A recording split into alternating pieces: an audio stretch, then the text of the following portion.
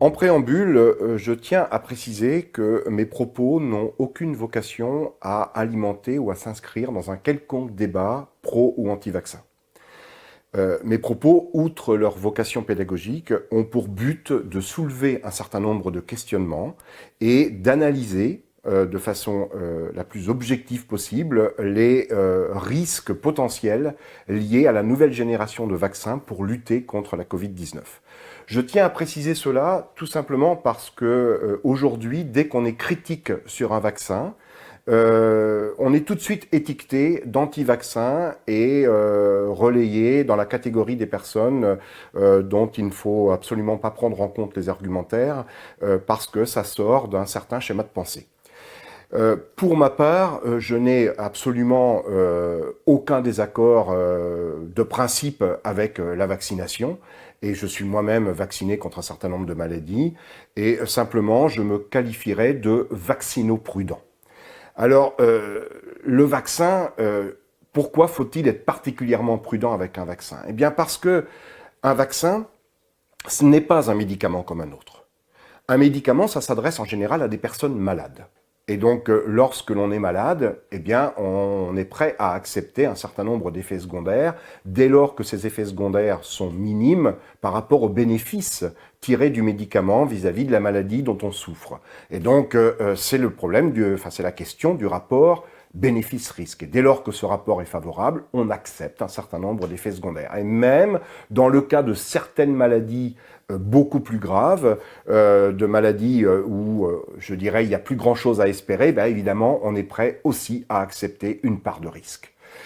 Cette acceptabilité du risque, cette acceptabilité de l'effet secondaire, eh bien, ne vaut pas pour un vaccin. Pourquoi elle ne vaut pas pour un vaccin? Parce que le vaccin s'adresse à des personnes en bonne santé.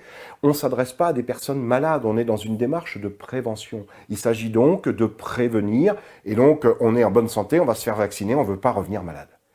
Donc, il y a une exigence du point de vue de la sécurité du vaccin qui est supérieure à l'exigence, même si effectivement un médicament classique doit être correctement évalué, bien sûr, mais il y a une exigence de la sécurité du vaccin qui est supérieure à celle du médicament classique. C'est-à-dire qu'en fait, avec le vaccin, on est un petit peu comme dans le cadre de l'aliment. Un aliment, on le prend bien sûr pour se nourrir, mais on le prend aussi, dans nos sociétés occidentales, on a cette chance, pour se faire plaisir, mais en aucun cas pour être malade. Donc on a inévitablement une exigence de sécurité sanitaire de l'aliment qui est beaucoup plus stricte que celle du médicament, et le vaccin se situe en fait à l'interface. Il est à l'interface, pourquoi? Parce que c'est un médicament, de fait, qui nécessite une prescription, mais c'est un médicament pour lequel l'exigence en termes de sécurité sanitaire est aussi stricte que celle de l'aliment. Et voilà pourquoi il y a souvent une crainte vis-à-vis du vaccin et des questions qui sont bien sûr tout à fait légitimes et qui sont soulevées au regard du vaccin et qui ne le sont pas au regard d'autres médicaments. Il y a une autre différence majeure, c'est l'effectif également des personnes qui vont être concernées par le vaccin par rapport à à l'effectif des personnes concernées par un traitement destiné à lutter contre une maladie précise. Mais j'y reviendrai plus tard.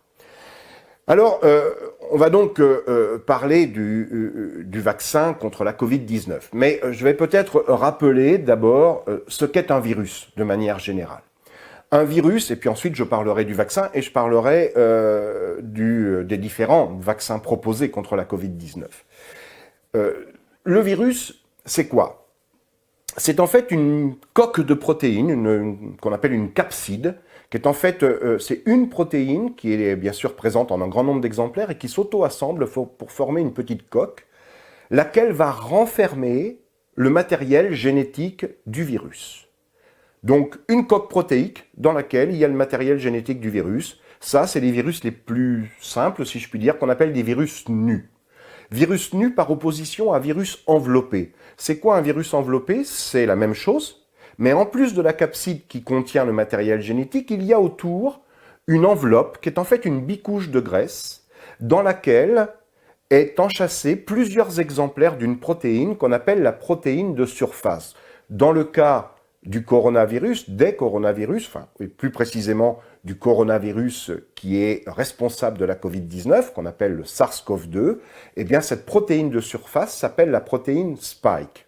Et en fait, sur les coronavirus, la distribution et l'agencement de la protéine de surface dans l'enveloppe, dans la bicouche de graisse, donne un aspect de couronne, d'où le nom de coronavirus.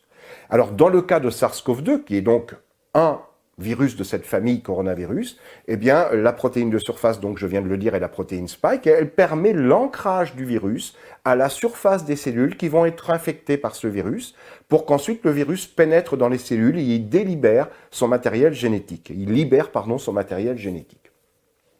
Alors, le matériel génétique, c'est quoi? Pour nous, par exemple, les humains, notre matériel génétique, c'est de l'ADN.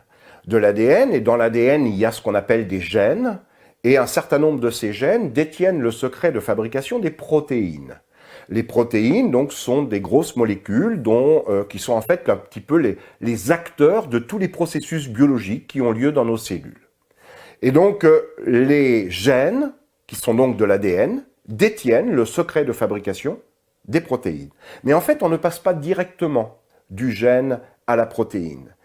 Le gène, l'ADN, doit d'abord être converti en une molécule qu'on appelle de l'ARN et qui sera en fait un intermédiaire entre l'ADN et la protéine, un intermédiaire qu'on appelle un messager, d'où le nom d'ARN messager dont on entend beaucoup parler en ce moment à propos de certains vaccins contre la Covid-19. Donc, entre l'ADN et la protéine, il y a un intermédiaire qui est un ARN qui contient toujours le langage génétique, c'est-à-dire qu'en fait, il y a conversion du langage génétique contenu dans l'ADN en un langage génétique toujours le même, mais contenu dans une molécule d'ARN. Ce processus de conversion de l'ADN en ARN s'appelle la transcription.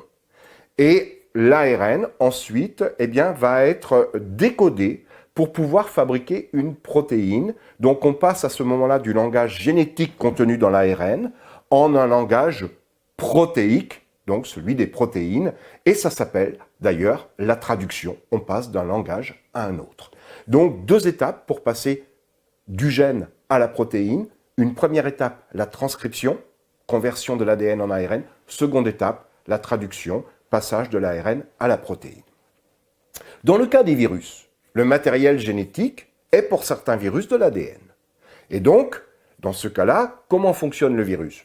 Le virus va injecter dans la cellule qui l'infecte son matériel génétique. Et ce matériel génétique va alors être pris en charge par la cellule infectée, qui va transcrire l'ADN du virus en ARN, puis traduire l'ARN viral en protéines virales. Et donc permettre de produire les différentes protéines virales qui vont s'assembler pour reformer la capside, pour emprisonner du matériel génétique que la cellule va multiplier également, et les particules virales vont se multiplier, vont quitter la cellule pour aller infecter d'autres cellules, voire d'autres individus, etc. Voilà comment ça fonctionne le virus dans la vraie vie. Donc le virus doit injecter son matériel génétique dans la cellule qui l'infecte et détourner la machinerie cellulaire de la cellule infectée à son profit. Pourquoi? Parce que le virus n'est pas autonome. Le virus n'a pas la capacité lui-même de fabriquer ses propres protéines. Il doit injecter son matériel génétique dans les cellules qu'il infecte et faire en sorte que la machinerie cellulaire de ces cellules infectées soit détournée à son propre profit.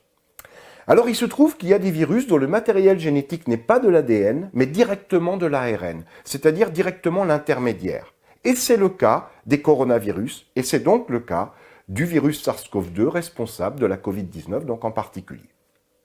Dans ce cas-là, le virus injecte son ARN qui est directement pris en charge par la machinerie de traduction de la cellule infectée, qui n'aura pas besoin donc de transcrire, c'est déjà fait, mais qui va traduire cet ARN en protéines virales qui vont permettre l'assemblage de particules virales, etc. Et on retombe dans le même schéma que celui que je viens de décrire pour les virus à ADN. Alors SARS-CoV-2, c'est donc un virus à ARN. Voilà, donc on a affaire à un virus enveloppé, dans le cas de SARS-CoV-2, c'est-à-dire qu'en plus de la capside qui contient l'ARN, on a une enveloppe, une bicouche de graisse, à la surface de laquelle se trouve donc un certain nombre d'exemplaires de la protéine spike qui permet à ce virus de s'ancrer sur les cellules cibles et de les infecter, c'est-à-dire de leur injecter son matériel génétique pour que la cellule donc l'utilise et fabrique des